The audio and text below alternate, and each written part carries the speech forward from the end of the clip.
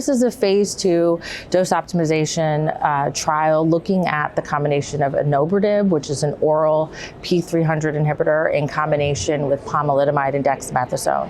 And importantly, this drug was shown to have synergy with these immunomodulatory agents in preclinical models, as well as additional earlier clinical trials.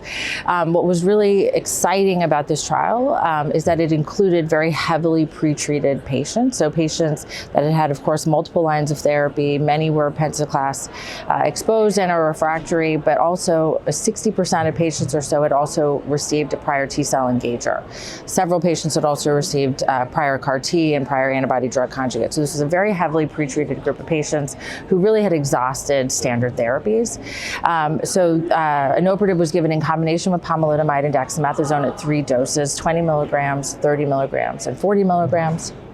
What we saw, even in this very heavily pretreated population, was very encouraging overall response rates ranging from 40 to 60% across these dose levels.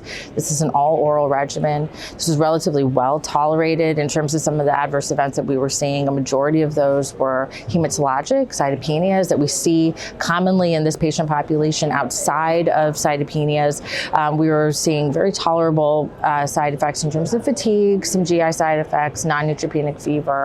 Infection rate was not particularly high. So again, a pretty well tolerated regimen in this heavily pretreated population. And importantly, when you look at severe treatment emergent adverse events, these were higher at the 40 milligram dose. So when we looked down at the 20 milligram dose, we were still seeing good efficacy without such high rates of AEs. And so moving forward, the plan is to move forward with the 20 milligram dose. So I think really encouraging results for an all-oral regimen. I think in this era of we have so many, we're so fortunate to have so many really effective T-cell engager therapies, but we know that we can't really do these therapies effectively back to back. There's still an unmet need for effective, well-tolerated therapies that we can use post T-cell engager, or maybe even in between T-cell engagers. I think this is a really important space potentially that Inobrodib could fill. And we're looking forward to the Domino-1 study, which will be a phase 2 study looking at Inobrodib at 20 milligrams in combination with pomalidomide and dexamethasone.